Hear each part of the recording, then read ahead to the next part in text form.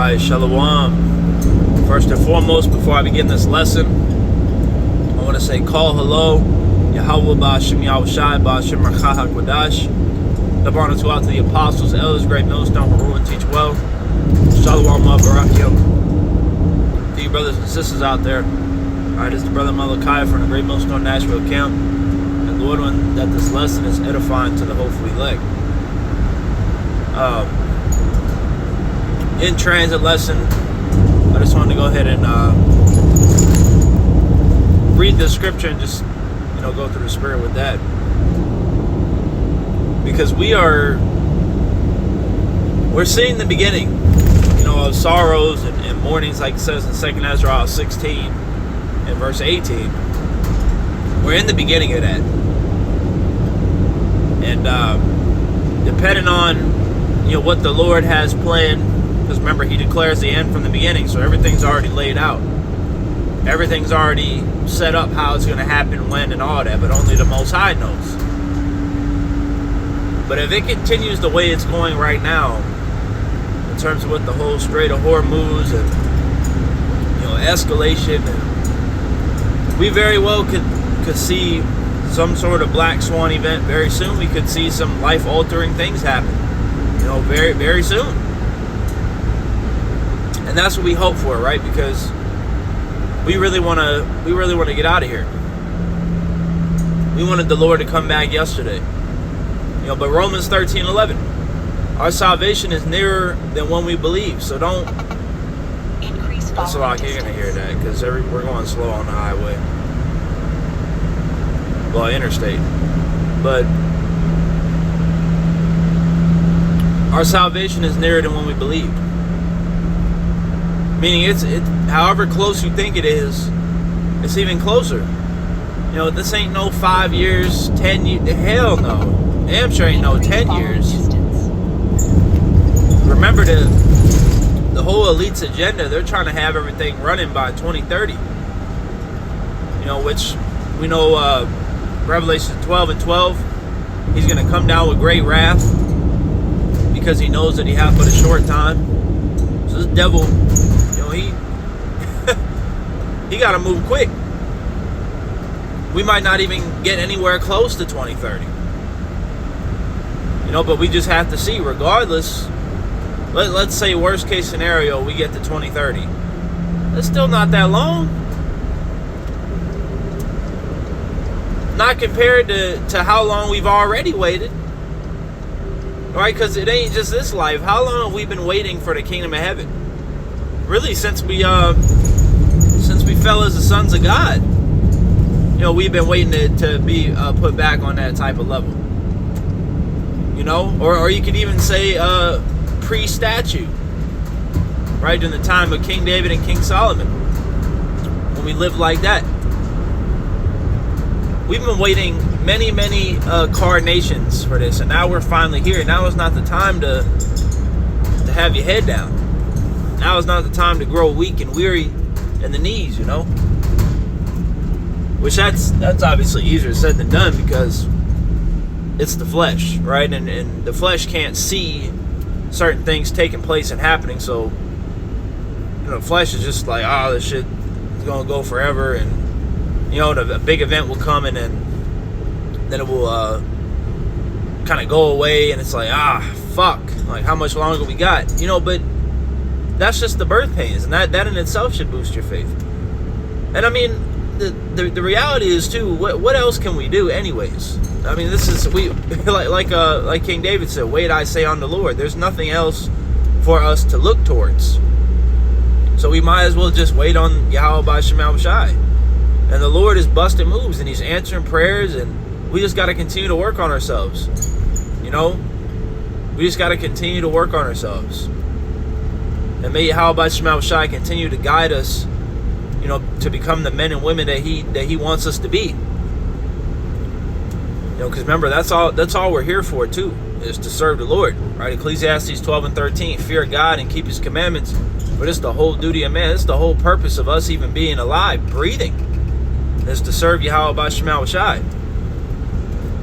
And me personally, I got a handful of things that I got to get together. that I got to work on, and it needs to start like immediately, because you'll have progress, then sometimes you'll slip. A righteous man falls 7 times, and then you might be low, and don't beat yourself up too much, man. The main thing is, are you doing the work? That's the priority here. Doing the work, doing your videos, all right, praying, being brotherly. These are the main fundamentals. But, we got to be well-rounded. All right, and there's things that we have to work on, within our bodies. I got to work on my body. I got to work on my finance. There's things that we all got. Which that's another thing. Don't think that you're the only one that's struggling. Don't think that you're the only one that's falling short and that's ashamed of himself. In the sense of, I know I could do better. We're all in that spirit, or we should be, because there's never a point to where you can say, yeah, this is perfect. I'm doing enough. No, you're not. If you're saying that I'm doing enough, that means you fell out, or you're being delusional. You got a spirit on you or something, because you're never doing enough, right? Because matter of fact, we're not even going to get saved through works, right? We're going to get saved by faith, all right? But we know that we need works to accompany our faith. All right, so let me go ahead and get this though. Because at the end of the day, the Lord is going to take care of us during the time of Jacob's trouble, just as he told us he would. So it's Isaiah 33:6. It says, "And wisdom and knowledge shall be the stability of thy times, and strength of salvation. The fear of Yahweh is his treasure." Alright, hold on. I had to take a sip of that. Isaiah 33:6 in the NLT. "In that day, he will be your sure foundation." He's talking about the Lord. "Providing a rich store of salvation, wisdom, and knowledge. The fear of Yahweh will be your treasure." Right. So, because we know, first of all, too, right? Proverbs 1:7. The fear of the Lord is the beginning of knowledge, the beginning of wisdom. So we have fear of the Lord. And the fear is also what keeps that fire going, right? Because Jake don't want to fall out. Jake don't want the candle to get blown out. You don't want to upset the Lord, because do we want to have a good reputation amongst the brotherhood? Absolutely. But the main thing that you're focused on is having a good reputation in the eyes of the Lord. I believe I'm speaking for everybody here when I say this. I want the Lord to look down and say, yeah, that guy right there, he's all right. He's doing what I want him to do. And in the time to come, I'll show mercy upon him. That's all I want. Right? I don't need to be Moses. I don't need to be King David. That's the same spirit. Don't need to be on no damn pedestal, just trying to please the Lord and get the fuck out of here. Because we can't be here much longer, man. Like scriptures say, I believe in Daniel, he's wearing out the saints. That applies modern day, as well. Okay, because he's been wearing out the saints for God knows how long at this point, man. Which the saints are the Israelites. Okay, Psalms 148 and 18, I believe that's where it is. We're tired,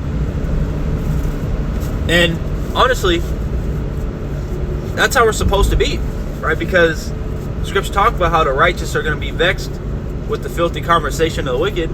Not only are they going to be vexed, but scripture talk about how we're going to be complaining to the Lord. Like, Lord, Bab Kashad, deliver us, come bring us out of here. Fulfill your promises. And the Lord, he's not going to leave us here, man. Okay, he is not going to leave us here. See all these chariot sightings? See all the prophecies going on? You think the Lord forgot about his people? Right, like it says in Malachi 3:6. Let me go ahead and get that. I'll get that. Hold up here. Malachi chapter 3 verse 6. "For I am Yahweh, I change not. Therefore ye sons of Jacob are not consumed." So the Lord doesn't change. He's going to deal with the Israelites forever. And right now, he's dealing with the remnant. He's dealing with the elect. So we're striving, like Apostle Peter said, to make our calling and election sure. Because we've been called to this thing. We're here. But we're striving to be chosen. Right? That's what we're fighting for. We want to be chosen in this thing. Because being called don't guarantee a chariot seat. Alright? You got to endure on to the end.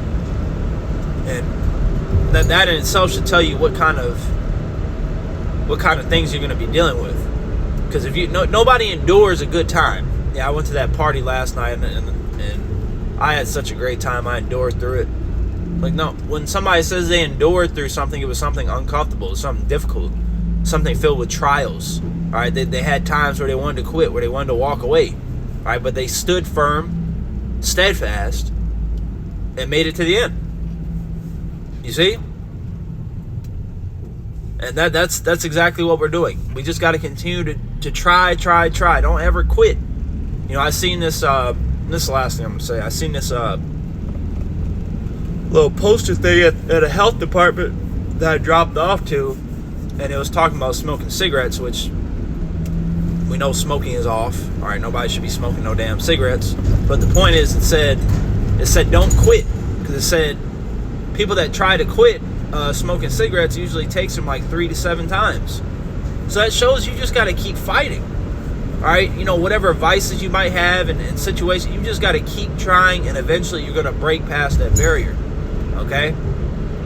So, Lord, when that this lesson was edifying, before I close, I want to say, call hello, Yahweh Bashim Al Shai Bashim Rakah Kodash, Daban is the Apostle, Elder Great Millstone, Shalom.